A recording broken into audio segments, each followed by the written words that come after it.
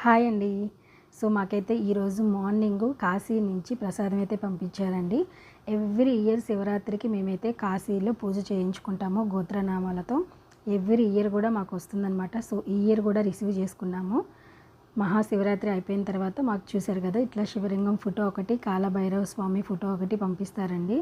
So, చాలా మంచి జరుగుతుంది. మేమైతే ఎవ్రీ ఇయర్ చేయించుకుంటాము. సో, అక్కడి నుంచి గంగా జలం కూడా పంపించారండి. అలాగే మనకి శివునికి అభిషేకం చేసిన తర్వాత ఆ వాటర్ ఉంటుంది కదా, సో అది కూడా మనకి పంపిస్తారనమాట. గంగా జలం అన్నది మనం ఇంట్లో చల్లుకోవాలి అండ్ మనం తలస్నానం చేసినప్పుడు యూజ్ చేయొచ్చు.